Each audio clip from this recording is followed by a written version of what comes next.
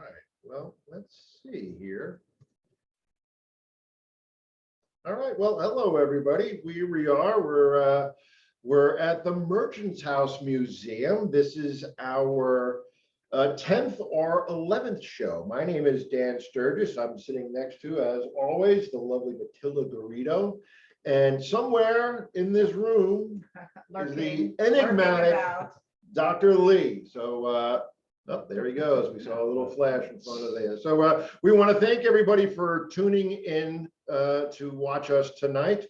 We're going to have, I think we've got a pretty good crowd of people that are, I can see people lining up in this, there you go. We've got 15 people so far. So right before we get started and we let people log in, we want to thank everybody for watching and sharing your evening with us. Happy Friday. Hope everybody had a great week. We've got some great weather outside. We've got a great topic we're going to talk about tonight. But first, we want to get to some stuff here. We've got a lot of things going on at the Merchants House this fall. Most importantly, we've got these candlelight ghost tours. You've been on them, right? Yep. Yeah, and they're pretty cool, right? We've got these candlelight ghost tours. If you go to the Merchants House Museum website, which is merchantshouse.org, you'll be able to sign up for them. Now they sell out really, really quick, and they're really, really cool to go on. They're about an hour long. There's an introductory video, and then you go to all these different rooms and you hear scary stories about things that have happened in this room. We play a lot of EV clips of EVP, electronic voice phenomena, that we've captured here. Some of them are really, really scary and cool to listen to. We'll also have some new evidence that we've been able to collect with Dr. Lee here that we've been collecting since the pandemic started in 2020. Dr. Lee has created some amazing equipment. He's built himself for specific rooms in the house. So it's really groundbreaking stuff that we're doing here, thanks to Dr. Lee. And then with the addition of the lovely Matilda, who is the best looking one and the smartest out of all three of us. She is, well, why don't you talk a little bit? I'm talking way too much. Okay. So some special programming that we're having in October. On Wednesday, October 19th, we are having our wonderful program on Victorian mourning customs presented by Annie Haddad, the museum historian. Wonderful, wonderful program. And then on Sunday, the 23rd, we will be reenacting the wake of Seabury Treadwell right up here in the parlor. We will have people in costume. We will have a deathbed scene in Seabury's bedroom. Anybody we know in this room tonight going to be in a costume? I may be in a costume. Listen, you need to be part of the Merchants House family. You need to get into a costume. I was a priest. I was the priest giving the funeral service up in the parlors one year. So it depends on the costume. It depends on the costume. We'll see. But anyway, that's going to be a really great day. That is on Sunday, the 23rd from 1 to 5 p.m. So please plan to come. On Monday night, October 31st, Halloween, we've got the Chant Macabre, Songs from the Crypt, a Halloween concert with the Bond Street Utopian Singing Society. That's why I had you read that. Yeah, that will be presented virtually and in person here. So, and all of that is in addition to our great ghost tours, which are awesome and scary, and yes, do sell out very quickly. Yeah, they're really, really cool. And I think I've got the Wednesday, Thursday, Friday, and Saturday at 10:30, I'll be walking people around and kind of giving a little like behind the scenes of the investigations that we've been conducting here. I've been investigating the Merchants House since 2006, I believe. So it's been quite a long time, and we've gotten very lucky and have captured some, I'm not patting myself on the back, but really have captured some of the best EVP that I have heard. I mean, they're all cleaned up, and we'll talk about that if you guys come to these ghost tours. We'll be able to discuss that, and you'll hear some pretty scary stuff. So and I'll be with you on the Thursday night tour. I'm going to be your shadow. Nice. So if you want to come see the two of us live and in person, come on Thursday night. As opposed to us live and not in person. But all right, so and also, if you guys can see this right there, there's a QR code. Let me get that up here to be able to donate to the Merchants House.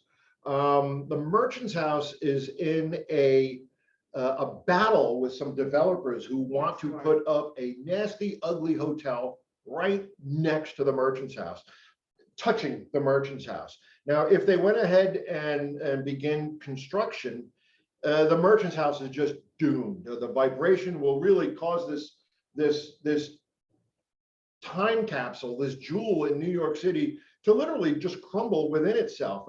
Everything is so fragile in here because it's so old. 1832, this house was built. So if you're able to just click on that QR code, I'll do it again at the end of the show, or come take a tour, come tour the house during the day, come to one of the ghost tours, come to any of the lectures, and whatever you can do to help the Merchants House, it's all going to a great cause. Everybody involved with the Merchants House, we're all volunteers. We don't take any money for anything.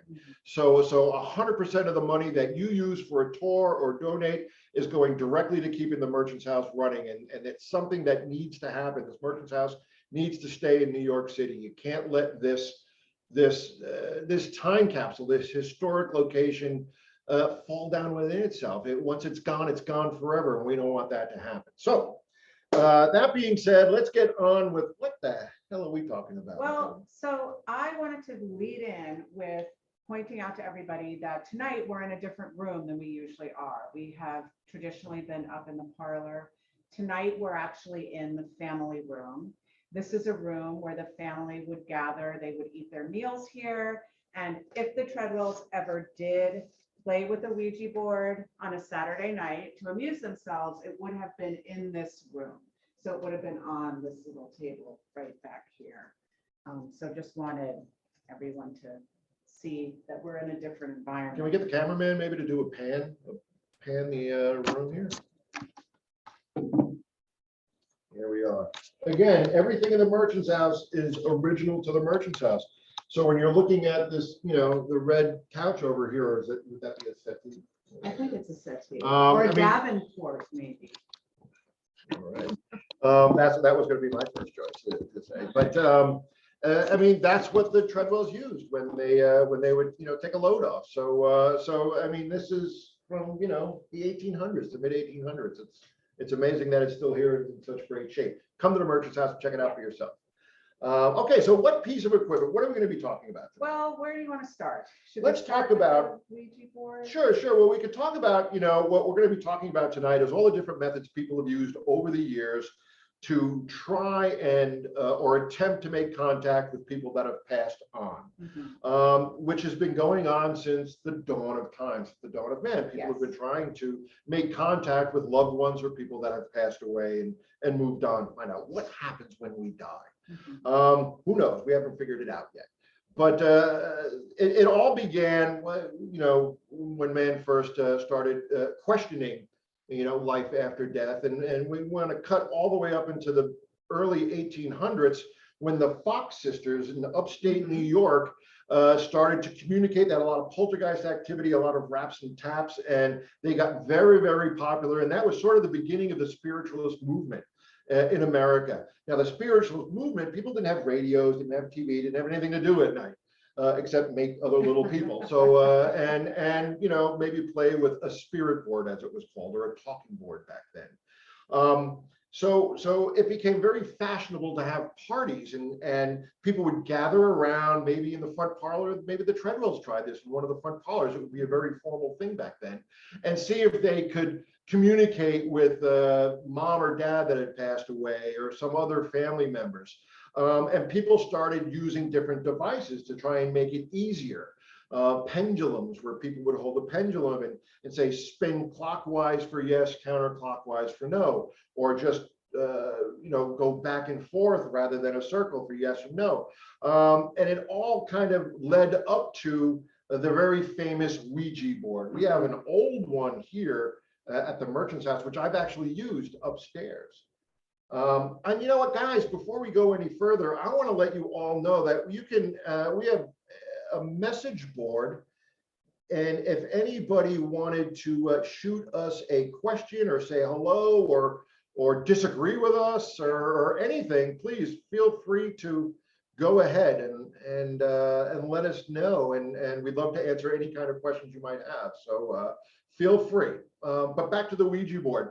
Ouija boards back then were pretty primitive. It was some people would just write a bunch of letters or yes or no on a piece of paper. They would use a glass, like a little shot glass or a wine glass, and people would put their fingers on it, and the glass would move to different parts of the board and spell out answers. Where did the name come from? Well, go ahead. Go ahead. I love this. I actually That was watched not a a- little documentary about the Ouija board today. It named itself Huh. Oh, when cool. when the board was actually first developed. Yeah. The two people who had sort of created it said, what should we call it? So they sat down and they asked it what they should call it, and it spelled out Ouija. And then so they said, we'll call it the Ouija board. And then it apparently spelled out good luck. So who knows if that's a true story, but I just think it's so cute. Kind of and appropriate sweet. that it's kind of an accumulation of a couple random letters. Yeah, right. Exactly. Exactly. Okay, sorry, I'm just making sure that people can ask questions. Yeah, let's show this Ouija board. This Ouija board is pretty cool. If that's the That's an case, I old guess one. nobody really knows if it's being pronounced right? Ouija supposed to be. Yeah, but I read somewhere they that it spelled was it named themselves. after somebody. Oh, really? But, Well, I have some information about it, so. Now, I know there's a lot of controversy about Ouija boards, and people are just deathly afraid of these things. Yeah. Everybody's got a story. Everybody's cousin's friend's brother has been attacked while using a Ouija board. Here we are, Mr. Belov. I heard that we and the Ja are both yes in French and German. Anthony, I am going to, first off, I miss you, Anthony. I love you, brother. It's been a while. Yeah, I don't speak either. So I'm going to say yes. Well, actually, Or that's we- true.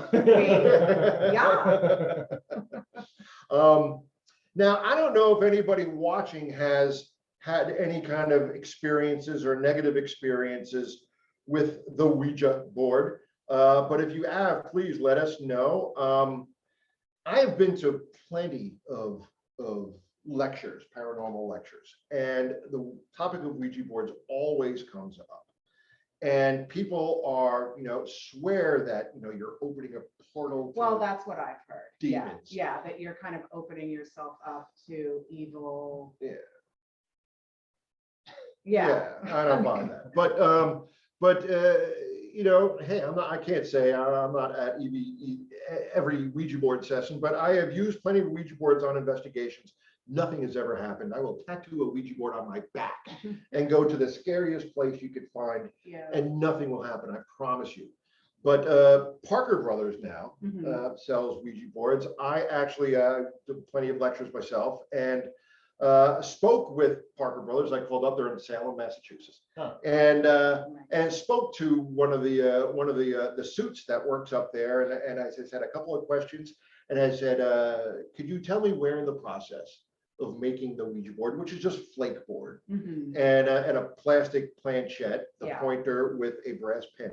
I said, can you explain to me where in the process of the factory where they make the Ouija boards, where do they make it magic?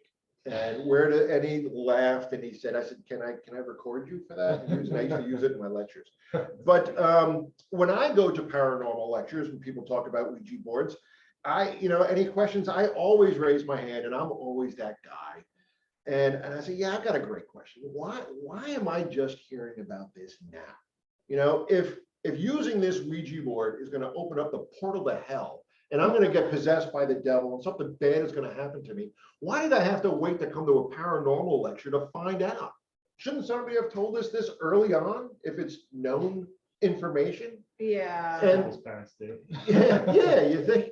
And would Parker Brothers really be selling a toy? Would Toys R Us carry a product that was a portal to hell? No, they wouldn't. It's no. because it's not. And I know people are going to tell me, oh, well, Dan, it's all about the intention. You're inviting people to come in. You're inviting spirits and evil spirits to come in. And I raised my hand again. I said, well, yeah, what's an EVP session? Mhm. You know, it's the exact same thing. You just you're using a recorder instead of a Yeah. planchette. So you're inviting anybody to come in. Your intention is exactly the same. And I don't hear people saying, you know, I was possessed at my EVP session, or my recorder is a portal to hell. Mhm. So I don't know here exactly, but Monopoly has certainly torn family souls apart. Jason, you're 100% correct. And shoots and ladders. Let me tell you something. You get me in a heated game of shoots and ladders, people are in trouble. But Lee, what do you think about the Ouija board? And I think you were giving me a dirty look just now. Were you? No, Okay. no. Yeah, I mean, everything's open, you know, within this field, like whether it works, how it may work. There's definitely like, you know, known scientific ways by which something like that can work, but that doesn't necessarily mean that like that's the only way it works, right? Mhm. So like you've all heard of like the, you know, psychomotor effects where you basically the same thing as like waving a pistol around, you hold a string and you sort of unintentionally, you're trying to hold your hand still, but it's just going to have slight movements. And when you couple that together with a bunch of people, all their random, you know, slight movements can couple together, and then you feel it maybe move half a millimeter in one direction, and your body just kind of naturally leans in that direction. You put your weight on it. Right. Everybody kind of already knows that, you know, that possible explanation, and it is a possible explanation, and it definitely is a way in which that effect can occur. In terms of like, you know, if there are other explanations, and whether it's a gateway to hell. You know, I think there are possible other explanations, but it's not necessarily, you know, a bad thing, right? It's like they're probably. Well, a gate to hell could be a bad thing. Yeah, but if they're, you know, if they're spirits, then there are probably as many good spirits as bad spirits, and why wouldn't some dude come down from heaven instead of from hell? You know, if they Sure. Sure. Yeah. I think it has something to do with the idea that it's sort of like a Proustian bargain, right? Like you're sort of being punished because you're too curious, or you're stepping beyond like some area that you're stepping into a base of knowledge that you perhaps should not go. That's what I sort of tend to think about that whole legend, that it's like a portal to hell. And so the good spirits just kind of let you get what's coming to you. Well, I mean, yeah, I mean, I don't know. I mean, first of all, like, do people really get, okay, I'll ask the audience, has anyone ever gotten a message from a Ouija board that came true? Like if you asked a question, you know, will I have a boy or a girl? Has it ever, well, no, that's a 50% chance. So let's not say that, but like, you know, something, has anything ever come true that anybody's experienced with the Ouija board? Not for me. We could ask the Ouija board if We could, somebody but we knows don't the have a answer. planchette. Well, This like one you doesn't. said, like I'm sure the answer to that question is yes, because for instance, if you ask is it The a boy or worst. girl, like it's going to be true sometimes, you know. Yeah. So yeah. Also, I don't know of any another studies that thing, look at it, but, yeah. the planchette has almost like, so the surface of the Ouija board, not this one, but typically is very, very smooth. And the planchette has feet like almost like a carpet Like a on the felt, feet, yeah. a felt that makes it slip very, very easily. So I would imagine if multiple people have their hands on it, even just the heat from the hands could make it move. Yeah, and like what, you know, Lee said before, what is it? The ideomotor effect, which is humans do that, and it's imperceivable and subconscious movements that our muscles are making, that they're so small that we don't even know we're doing them. And I believe that's sort of what's moving the planchette around. So when people say, "Are you moving that?" No, I'm not moving it. They're not lying. Yeah. They just don't realize they're doing it. Now, Penn and Teller, the magician Penn and Teller, they used to have a TV show on. I don't know if they still have it on. It's called, if there's little kids listening, cover your ears. It's called Bullshit. And they would investigate different things, mediums and psychics and ghost hunting. And they did a great episode on the Ouija board. And I loved it. What they did is they took some random people, they brought them into a haunted house, and they had a Ouija board just like this and a planchette. And they had 4 people, 2 people on each side of the Ouija board. And they asked questions. And sure enough, the Ouija board, the planchette was moving around the Ouija board. They were getting names, they were getting answers to all their questions. And everybody, they were all going, "Are you moving that?" "No, I'm not moving it." It was really fun. So then what Penn and Teller did, they said, "Okay, guys, great. We want to see if it worked with you guys blindfolded." so you don't know where you're moving the planchette if you're moving it. And they said, oh, okay, so they all blindfolded themselves, and without telling them, they moved the Ouija board like this. They turned it 180 degrees, and sure enough, as the planchette started to move, it went, what is it? No is here. Well, when they ask a question was no, the planchette moved here where they thought no was.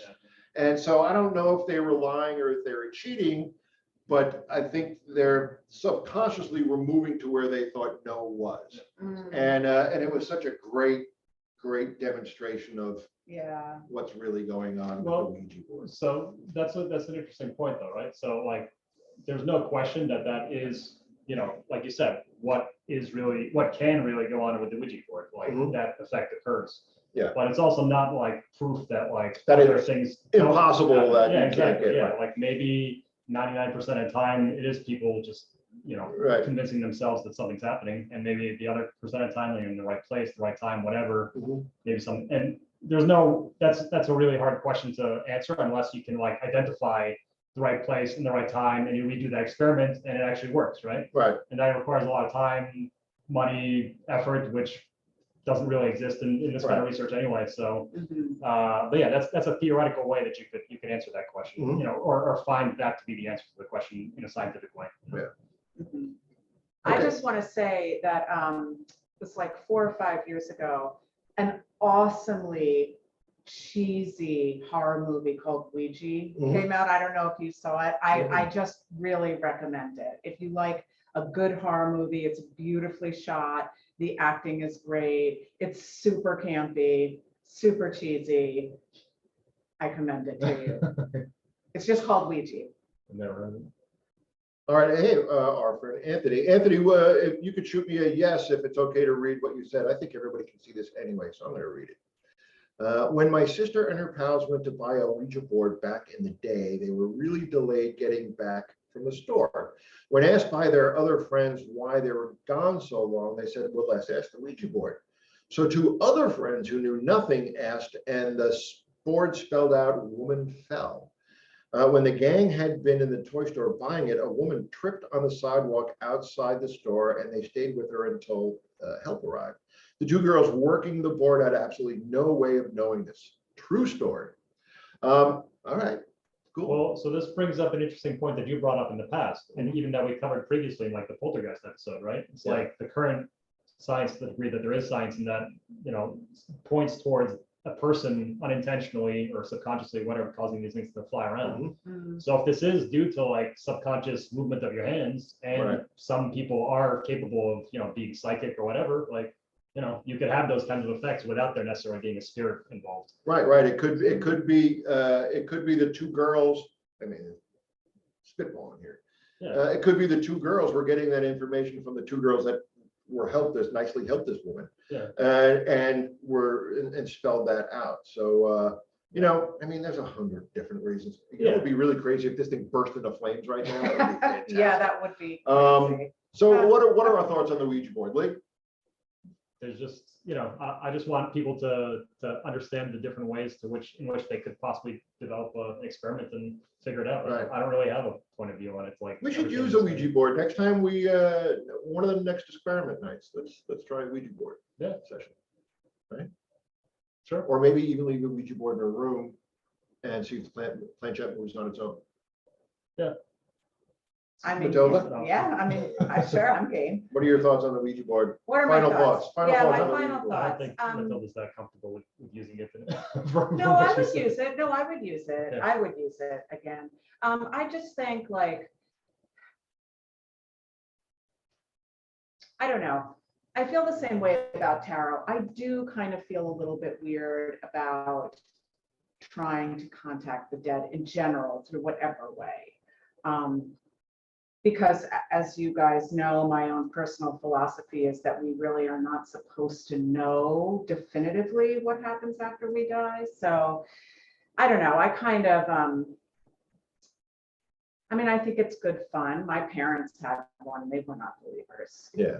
But I mean, I think all the I'm bad. suitably scared. Let's put it that way. Yeah. I think all the bad press, because that is the first the first 15 minutes of The Exorcist, you know, it has to do with the Ouija board. That's sort of what.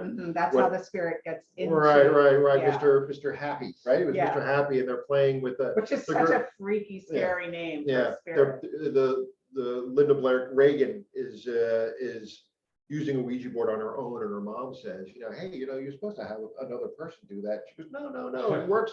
And they go to touch it, and it jumps away. The planchette jumps out of the way. So I think it got a lot of bad reputation. Culture, but even like, you know, that feeling you're talking about, Matilda, that was probably put in place by, you know, organized religion too. They're kind of, depending on the religion, some kind of say the same thing, like, oh, you shouldn't be looking into that. That's like the devil's work or whatever, you know? So it's you know, it's gotten a reputation via various means. Yeah, I mean, I think it also goes back to this whole idea, like, so in the Judeo-Christian religion, we believe people go to heaven or they go to hell, right? But so who's coming through here? It's obviously not someone in heaven. Why not? Well, because I feel like people in those two areas are occupied with other things. So are these people that are trapped somewhere? Which is, if it's purgatory or wherever it is, it's like, it actually goes back to like really, really ancient times when people were very afraid of the dead not successfully making it through the underworld journey, and the souls that got stuck would come back and hurt people. Well, why are all the souls that get stuck, like the bad ones, why aren't good people get stuck too? Well, I don't think so. Not these days. If you believe in heaven, they don't get stuck, right? Purgatory is not a place for people who are overwhelmingly good. And then back there in ancient what about just Egypt, like the myth people that are just kind of like, they're not super good, not bad people, just kind of going about their daily lives? well, I mean, I'm not equipped to have that conversation. Back in ancient times, people would get stuck because the community didn't help them get to where they were going. So that's why they would come back and revisit. You know, this is a question I always ask when this comes up, is when somebody says get stuck or trapped, you know, are they trapped in the house? Are they stuck at a location? Yeah. You know, if we want to say that spirit is consciousness that has survived bodily death, how does that get stuck? You know, I mean, how does that happen? I don't think it can. I think if a spirit does exist, if spirits do exist, I think that they do. I don't believe that they can get stuck. I think with those, like more, like less getting stuck and more like not getting access to this special. Oh, okay. Well, yeah, but you know, also, like but no, those. that's interesting though, because so like when we're talking about ghosts, right? Are ghosts stuck? But some ghosts are good. There have been stories of ghosts pushing people out of the way of cars and things like that. Ghosts that are purportedly in the merchant's house are not bad. You know, they've never really harmed anybody. You know, so. And they're not stuck here. We need to find a clergy person and a rabbi and bring them in and ask them what they think about where ghosts are. Yeah. You know, I mean, you know, as far as Christianity says that, you know, any kind of spirits that you talk to are demons and they're evil spirits, which I don't believe. And I don't buy into demons and evil spirits. You know, if ghosts are spirits, consciousness survive bodily death. If a person, when they're alive, is a jackass and they're able to come back, they're going to be a jackass as a spirit. Right. And I think that's something becomes an evil spirit. Right. And also, we're afraid of things we don't understand. So, you know, if we have some kind of apparitional activity happening here at the merchant's house, and somebody who's not expecting that or not knowing that that might happen, and they don't understand it, of course it's going to be scary, which makes it evil, when it could be Gertrude just wanted to say hi, and or Mrs. Treadwell or Annie McNulty, Bridget Murphy. Anybody. Also, for that very reason, you know, that would make good people that become good spirits want to be noticed and, you know, interfere as little as possible. Yeah, so and maybe even get frustrated and lose their temper and slam a door. Who knows? You know, they're people. These are people. Exactly. Yeah. And I mean, we were at the merchant's house a few years ago, and we were up in Mr. Treadwell's room, and we were just doing an investigation. There was maybe 5 or 6 people there in this room, and you know, lights are on. I don't do investigations with the lights off. You can't see anything if something happens if the lights are off. So leave the lights on if you're investigating, if you're a ghost hunter. And a door slammed. Now all the doors in the room were already closed, and I was sitting next to a closet in a chair. And it was that door that made the big, huge noise. Everybody jumped. It really sounded like a door was slammed really, really hard. The guest that I brought freaked out. She was really, really scared. Still talks about it to this day. And everybody kind of made that an evil thing. Why are you mad, Mr. Treadwell? Why are you mad? I said, well, like a how do you know? warning, One, like how do you know it's Mr. Treadwell? warning. Yeah. Just because we're in his room. Yeah. And how do you know that was anger? You know, how it couldn't have been Also, even if it's frustration. anger, that doesn't make somebody a bad, evil Right. person. Like, But people get it angry was, sometimes. why are you angry with us? Yeah, I'm yeah. like, well, maybe he's just frustrated that he's been trying to close that door and Yeah, it wouldn't exactly. work. And or maybe just wanted to get our attention, or maybe he Yeah. just was having fun. Yeah, He was with his buddy and said, watch this. Yeah. And slammed the door and everybody jumped. I jumped up right into the hallway. It really startled me. Mhm. Yeah, so I think it really is. We were talking before. It's putting the cart before the horse when you start limiting spirits that we don't know if That's they true. really exist yet. Yeah. So I don't believe spirits get stuck. I think they've got free will. They can appear anywhere they want to appear just by thinking of it. They can project how they want us to perceive them at any age, any way they want. Their Yeah. energy, and they're like an octopus. They can do whatever they want just by almost not even thinking it. It's just almost like a stream of consciousness will happen, and we will be able to perceive as they wish us to be, And as yeah, they wish to be perceived. I think like a good general take home message is too, is like, part of the reason we're having the show is because we know basically nothing definitively about this. So like, you can't really put barriers on something you don't know anything Right. about. So Right. you might as well just leave every possibility open, Yeah. It's like, Right. why not? Because like, until we really get the science down on this and really can nail down some facts, like everything's on the table, Mhm. maybe they all preferably to go around looking like clowns. I don't know, it's like anything, literally anything is possible. So, Yeah. Yeah. and then right now we're just basing things on our, personal experiences. Dan's had his experiences until, so that's all we can really base it on, but that's super narrow and that's not really, science. So you can't really put these barriers up. Might as well just leave everything open until they really figure things out. Mhm. Have you had experiences in the house? Here? Yeah. Yes, well, when Lisette was on the show with us, don't you remember? Lisette and I both heard a door Oh, right, slam. right. You and Lee didn't hear Mhm. it. We went to see it. I've heard rustling, I've heard footsteps. I've spoken before about how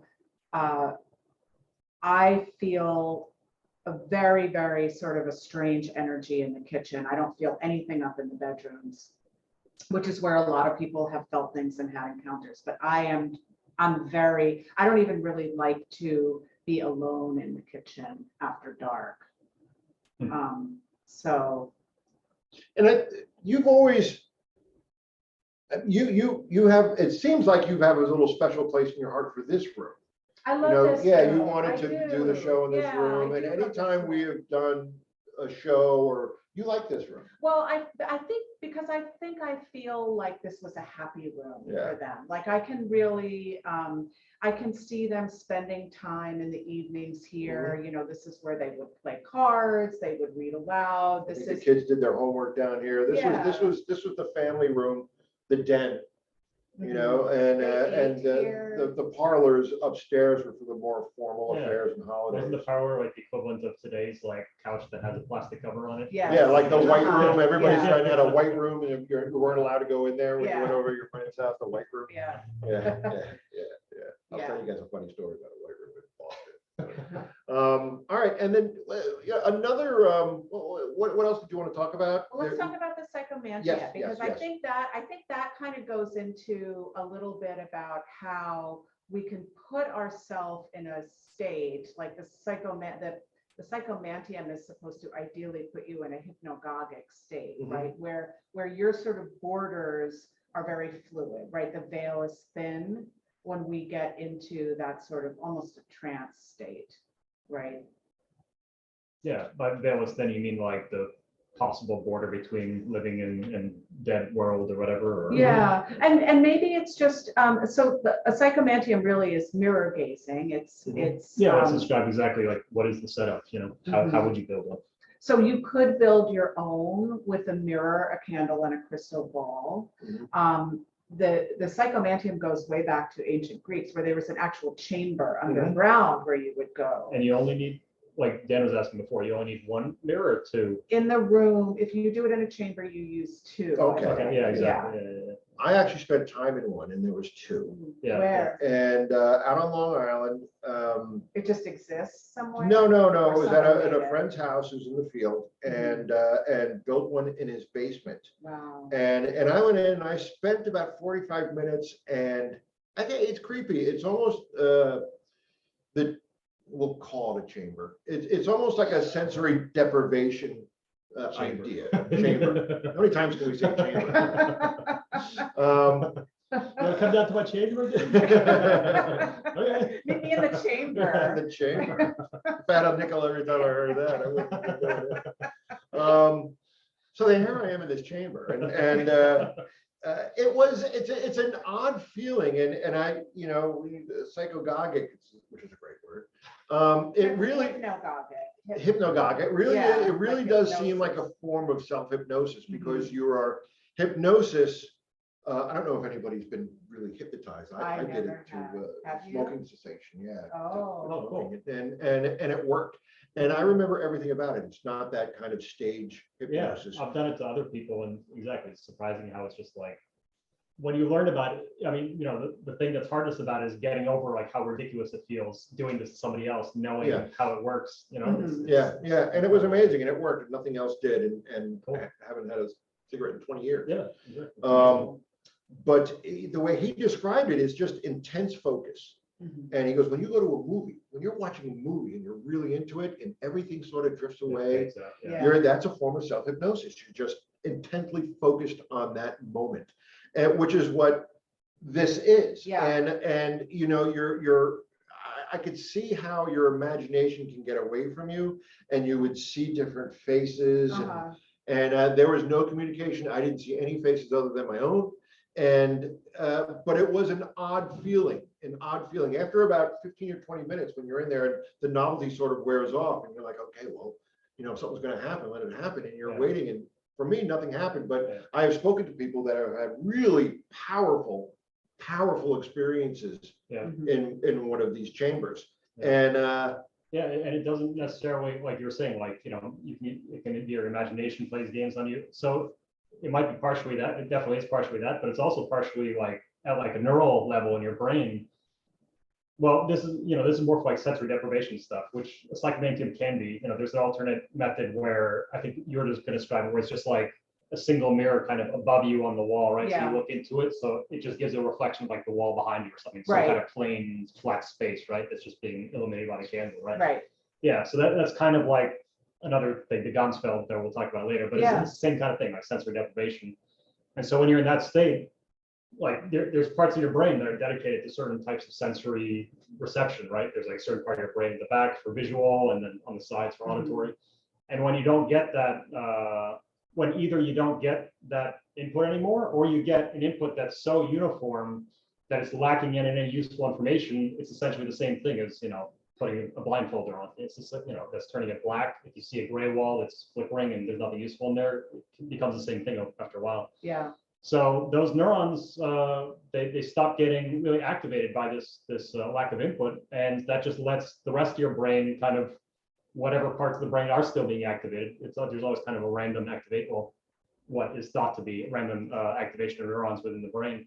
They'll just sort of take over those areas, and that kind of creates, without you necessarily like trying to imagine something, it's almost like a dream, right? It'll just start like randomly can activate those visual neurons. They're usually activated by visual stimuli and create images without you necessarily trying to imagine something. So, like you said, you were kind of it felt like in a weird state afterwards. right. Well, that's so interesting. Is that like if you have your eyes closed for a long time, Yeah. after a while you begin to Because- see patterns on exactly. the inside of your Yeah. eyelids? Exactly. Yeah. The hypnagogic state is also people who have experienced the feeling of having something lay Presence. upon them Yeah. at night when they're in bed, Yeah. are said to be in a hypnagogic state at that moment. Right. And that's, I think, back in the day, back in the Treadwell's day, it was called the old hag syndrome, where they believe. Ooh. Oh yeah. Old Yeah, it's old hag syndrome, Yeah. where it's it's Basically, they thought it was an old sleep, hag lying on top of you. it's sleep paralysis. Oh, Yeah. really? Yeah. Okay. I've experienced some old hag syndrome Yeah, myself, but because they thought it was like an old hag. Yeah. They thought it was an old hag like lying on top of you, just like sucking your energy away or something. right, and then it's Yeah. sleep paralysis when Wow. your mind would wake up before your body did. Yeah. You know, when we go to sleep, most everybody, your body, you know, paralyzes itself to protect itself. So Yeah. if you're laying next to somebody, if you're dreaming that you're in a fight, you're not going to beat them up. Yeah. Or if you're dreaming that you're running away, you don't get out of bed and run and hurt yourself. So your body, as self-preservation, paralyzes itself essentially. And some people experience waking, their mind will wake up before their body, their paralysis is released, and Yeah. it feels like they can't move. I think it might have happened to me. I don't know if I was dreaming it or if it was really happening, but it was a very scary moment. So that paralysis actually happens with, like, you know, if you picture a brain, it kind of looks like that cauliflower, right? Mhm. So like at the core, you can't really see it, but it's towards the brain stem, the part that comes out of the brain. There's a part called the thalamus, and that's kind of considered like the gateway of like allowing your brain to like control your body and get senses back up to the brain. And so that's the area that kind of can close during sleep, like you said, to just shut off all this activity in the brain from making you twitch too much and jumping out the window, which sometimes happens. Right. But it's just that one area of the brain that kind of acts like that gateway. Wow. You know, so you can even artificially stimulate that, you know, like electrically in experiments and stuff. It's a deep brain structure, so it's hard to stimulate, but you can sort of play with that kind of, you know, paralysis that way too if you want. Our friend Lee is way cooler than you. Michael Persinger did a lot of work with, we just talked about electricity. He's a scientist in Canada, Ontario, I believe. And I think he actually just recently passed away. But he had something called the God helmet, and it was just a little helmet, and he would stimulate with electromagnetic fields different parts of the brain, and he was able to, you know, a person in a room by themselves, different people would have different experiences, and some would be like a religious experience, some would be the presence of someone in a room, and could it be God, could it be Jesus, could it be a loved one, but they definitely felt a presence in the room. Other people had UFO abductee experiences where they felt they were being lifted out into other parts of the building, and it's all from just stimulating a little bit of electromagnetic field in the right spot. Now, I've done plenty of investigations where, for whatever reason, clock radios and clocks on your alarm clocks give off a ton of EMF, and you know, I'm thinking of this one particular investigation I did in Soho where this girl had a beautiful big bedroom and a big apartment with big bedroom, and her boyfriend refused to sleep over, and her girlfriends refused to sleep over because they were so petrified. And she had a big king size bed. And I said, well, what's your side? What's your boyfriend's side? She goes, my side is here. And she had a clock radio, and it was also the side where the elevator machine room was. It was giving off just crazy EMF. And I said, move the bed to a different spot. And I bet you the haunting stops. You're And also a feng shui consultant. I am. And then, you know, you can reach out to me on my website. Put up some leaves over here. Yeah, I'll burn some sage. And we'll all be good. A little red bell. There been actually similar things, even at like a military base. They called over one of these researchers to help them out because people were also having problems in a certain room, and they were like having hallucination stuff. They put up EMF shielding, basically put like a Faraday's cage, and it stopped all those experiences. So that stuff though, it's kind of like the Ouija board in the sense of like that's known to happen, right? If you stimulate the right parts of the brain in the right way, certain people can have these experiences. But it's also, that research is a little bit controversial. Like other studies that have tried out the helmet, like, you know, have had less successful results than Persinger did in terms of like percentage of people that this effect works. Yeah, and I think it depends on the person. I mean, you have to be hypersensitive to that kind of stuff. Yeah. I don't think that I am, because I've never. Exactly. So what you just said, exactly. So that might actually be, it could actually, you know, I haven't dug into it enough, but it could theoretically be due to like the hypnosis effect, right? A big part of hypnosis is when you go to a stage hypnosis show, right? Like the hypnosis on the stage, he's wearing like the big collar and stuff, like it looks like a hypnotist, right? And he talks like a hypnotist, and like you go there to be hypnotized. Right. That's the first like 50% towards getting hypnotized. Right. Because all hypnosis is just like becoming convinced that somebody else has power over you. And that can even be yourself, like you said, if you do self-hypnosis. And so usually, the way they start off, they say like, oh, sit down in the chair, and like you feel yourself getting tired. And as you get tired, like you feel your weight more on the chair. So they start off this whole like sort of stair step towards getting you to jump around like a rabbit, right? They start off, So they start off with simple stuff that is actually happening, but stuff you just don't usually pay attention to. Like you're sitting on the chair, you aren't thinking of your ass putting pressure on the seat, but if I tell you to, all of a sudden you feel, increasing pressure of yourself on the seat. So you start off with those things that are true, but just not paid attention to, and you draw attention to it. And then, as you build up on that, you go up the staircase, I keep convincing you more and more of like weirder and weirder things that, may not be true. So I couple that true thing with like, as you feel the pressure of your body against that chair, your eyes start getting a little heavier. And then you couple the eyes a little heavier with something else, so you always take something that is really happening and just like add on a little tweak to it that like somebody could easily kind of convince themselves of. Right. So just that helmet, right? With the right people, like they know what the study is, you put on this big freaking helmet and like they hear a switch click on and they hear like more or whatever. It's like, yeah, they might start freaking out, Right. So I'm not saying that's what happened, but like that may have been an element, in the same way that like placebo is an element for everything for the study you have to do. Sure. And I also, just when you were saying that, how many people, I mean, Michael Persinger has got to really trust these people, because what if somebody just wants to be unique and say, I felt like I was, being floated through the sky. So the thing is too, in science, like a my lot ass of, hurts now. Yeah, right. Yeah, now you feel the pressure too much, right? Yeah. You said you crushed. But like in science, and this is something that plays into this field too of studying spirits and other interesting and weird things, which is that like if anybody ever makes a claim that's kind of like out there and goes against science and like there's no clear explanation for based on current known mechanisms of science, you could have like a big study that's like shows really interesting stuff, but then all you need is like a single person to do a single study that says like, oh, it doesn't seem like this works, and everybody will jump in and be like, okay, done, proven, like, okay, it doesn't work, Right.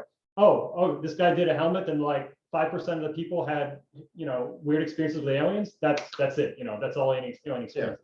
Right? They like to just like take these little, and even though that's not like the usual scientific method that applies for other topics, they like to just like grab onto this one study, be like, okay, good, that explains everything. Right. So, be aware of that too. Like, so it's something to be aware of on both sides, right? It's like going on, you can't be too critical either way. You just kind of have to keep this open mind of like all kinds of things. Yeah, when dealing with paranormal,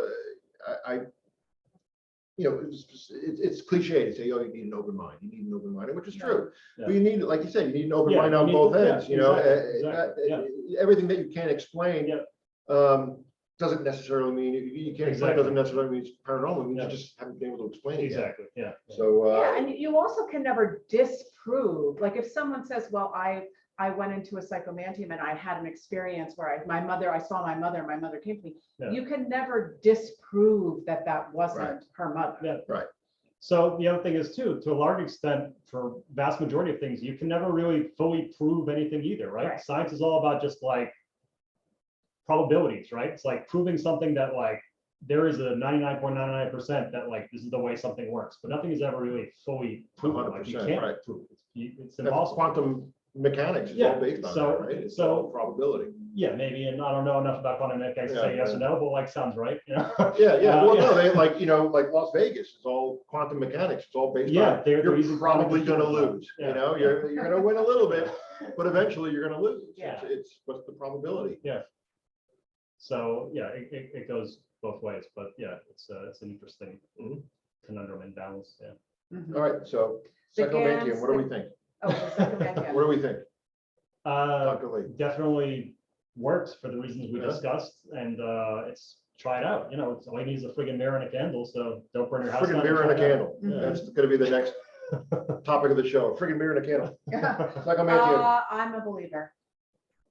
I just like we can use the word chamber as much as possible. So yeah. You know what? It's whatever works. Whatever works for you. Yeah. And like you said, you can't disprove somebody's experience. So I mean, you're certainly going into a contemplative state, which cannot be a bad thing. Exactly. Unless you become frightened. Yeah. Some people become frightened. Yeah. Right. Do it in a safe way, and whatever. If it works, awesome. If it doesn't work, and whatever. Why not try it out?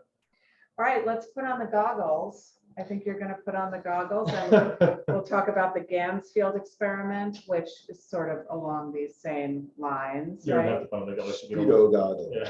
Speedo. All right, Yeah. go ahead. Those are special Speedo Ganzfeld goggles. Yeah. All right. So those are just if you want to. Where did you get them, or did you I just make made them? them. Yeah. Oh, you made Yeah, I them just from bought a some ping pong golf balls ball, and- ping yeah. pong ball? Yeah. And some I just cut off some swim goggles. So yeah, as Dan is demonstrating, that is the proper way to wear them, just with a smile instead of a frown. The theory is sensory deprivation. Yeah, which so- leads you to a state, Exactly. much like the psychomanteum. Exactly. Yeah. So it's a similar way to get this kind of And headphones, they had headphones as well, right? exactly. Playing And you want the white noise. headphones to either play white noise or pink noise. Actually works a little bit better for some people just because it's a little more What's calming. pink noise? So there's also like brown noise. There's a lot of different like versions of white noise. Basically, they leave out part of the spectrum. So white noise is just literally every part of the audible spectrum randomly interspersed into this audio feed. And so that's why it sounds like static, because just every possible thing is randomly thrown in. So pink noise is the same thing. It just throws out, I think, the higher frequency stuff. So it's a little bit less like rating and more kind of, softer. But the idea again is just kind of send a bunch of zero information inputs into your neurons in your brain, and then your brain at some point after a couple minutes just throws that away and says, okay, this is useless, like I'm just gonna make up my own crap. And I've done that, and it can be pretty interesting. So you have to couple it with you have to sit in a dark space, and you use a red light. Exactly. So that's a little red bulb. You can also just like get colored stuff and put over normal bulb. A gel. Yeah, and then you sit down somewhere comfortable, you put in earphones, you play some white noise, pink noise, whatever, and you sit for a bit, and you'll start seeing like that pattern thing, but Yeah. like tenfold if you do it, long enough and you're in the right state of mind. And like you'll start seeing these blossoming patterns and stuff. And some people actually start seeing scenery, images of things. So like, that Ganzfeld technique was used in a lot of the psi experiments, right? I don't know if Yeah, American Yeah. Society of Psychical Research up on 73rd Yeah. and 4th Street. And so, so for a particular experiment, right? The Ganzfeld experiments with, I guess with kind of not telekinesis, but telepathy, right? Yeah, JB Ryan, I think might have been. No, or I don't think JB he Ryan used was it. probably This was a before more that. recent thing. Yeah. Yeah. So if you look up, like, do a Google search for like Ganzfeld and psi is PSI, you'll find that it's actually using that technique for these telepathy experiments is really the closest that psi research has come so far towards like really getting into mainstream science. Because there've been a lot of experiments done where people will wear be in a Ganzfeld state with the AI thing and everything, and they'll be in a dark room by themselves, and then there'll be somebody else that will be looking at it like a computer screen with randomly generated images or whatever. And then this person that's isolated will get these inputs, Remote viewing. yeah, exactly. And they'll be able to guess beyond, probability of chance, what the other person is looking at. Right. And so, and it really relies on being in that state, the Ganzfeld state, because it just helps you get into that really calm, sort of, I guess, open to external input state. And the results are pretty intriguing, to the extent that even people that are like the skeptics, in the field, that, they're sort of on the fence. They're like, wow, this is looking really cool, Let's try something like that here. I mean, this is such a great Yeah. opportunity. Absolutely. I think, we're in the Merchant's House. It's a haunted house. I mean, I don't think we're That's disagreeing. not in dispute, I don't think. Right. And it's a haunted house. So it's got, in a good way, positive. in a positive way. Yeah. We think so, right? We think. Well, yeah, through experience. Nobody's had a bad experience. Right. from Yeah. experience. It's always been positive here. Yeah. And the mediums and that I've brought here, it's nobody has said, oh my God, somebody's very angry here. It's always been a very pleasant, we've got a servant here and she's singing. She used to like to sing for the kids. It's all been very, very positive. But I was like, I think a house like this, for whatever reason, maybe ley lines, maybe it's sitting on top of something, but there's energy here. And it would be neat to do one of those experiments at a haunted location rather than Exactly. This is a laboratory in some kind of way. Exactly. It's a controlled environment, as controlled as you can be out in the field. Yeah. And it would be cool to try that and, have Matilda sit down here by herself Oh, in the middle of the night with all that because she No loves the family way. room, and we'll go all the way upstairs. And We'll while go she's in across that the state, street. we'll slowly wheel her chair into the kitchen. Yeah. No. That's right, we'll Oh leave my you here and then God, leave out, go no. across the street and have a beer. No. You try and figure out what drink we're No, having. We're I will having be a so martini scared. No. and, And then we come back and shake you from back. right, so listen, we've got 2 minutes. That was a fast hour. That was a fast hour. Flew. But I wish we would have had more questions. Jason, thanks for interacting with us. And you know, we've got a few more people on the hook here. So if anybody wants to have any questions or comments as we're wrapping up here, want to thank again everybody for sharing their Friday night with us, and wish everybody a great weekend. Want to implore you again to the right word, right? Yeah. To come to the Merchant's House and take one of the tours, take one of the candlelight ghost tours. Were you talking about a class maybe at some point? Yeah. We're thinking about, depending on interest, so people can chime in here through the chat too. Right. We're thinking about doing a class where we teach about electronics and how to build some of your own ghost sensors. Yeah. And We'll have a little mini lesson Yeah. at next month's Spirit of Science. Yeah, exactly. Yeah, I'll Yeah. just give kind of like a little preview of some of the circuits that we might be building, and Yeah. kind of let us know if you're interested. And you know what, maybe even before next month, maybe we could get a list up on the website of, if somebody wanted to follow along, maybe some of the things they might need to have. Yeah. And maybe we could even talk about like some basic ghost hunting equipment that you probably have around your house, like a compass, Yeah. or Definitely. an EMF meter, so an electrician We might. can do a class on how to make your own Ganzfeld goggles too. Yeah. Yeah. Yeah, that'd be cool. Yeah. All right, it's gonna be a cool show next month. So yeah, anyway, we want you guys please to come and visit the Merchant's House. The people that are running this house, Pi and Emily, Matilda, volunteers here, everybody that is part of the Merchant's House family really are just the best people, and really, And you guys too. and put their thank you, put their heart and soul into keeping this house as Papa would have loved it, as Papa wanted it, after Mr. Treadwell passed away 157 years ago. So come by and spend a couple of bucks and donate a couple of bucks. I'm gonna put this up. If you got a camera on your phone, is it on there? I blocked myself so I wouldn't see. Yeah, that's good. There you go. If you want to scan that, you can donate that money, and I promise you 100% of your hard-earned money will go to a good cause and nothing else.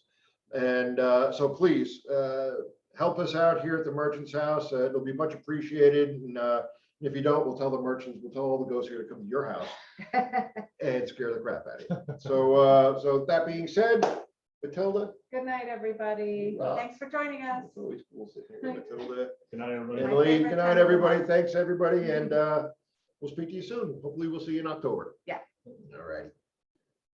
And we're still on air because I'm not exactly sure.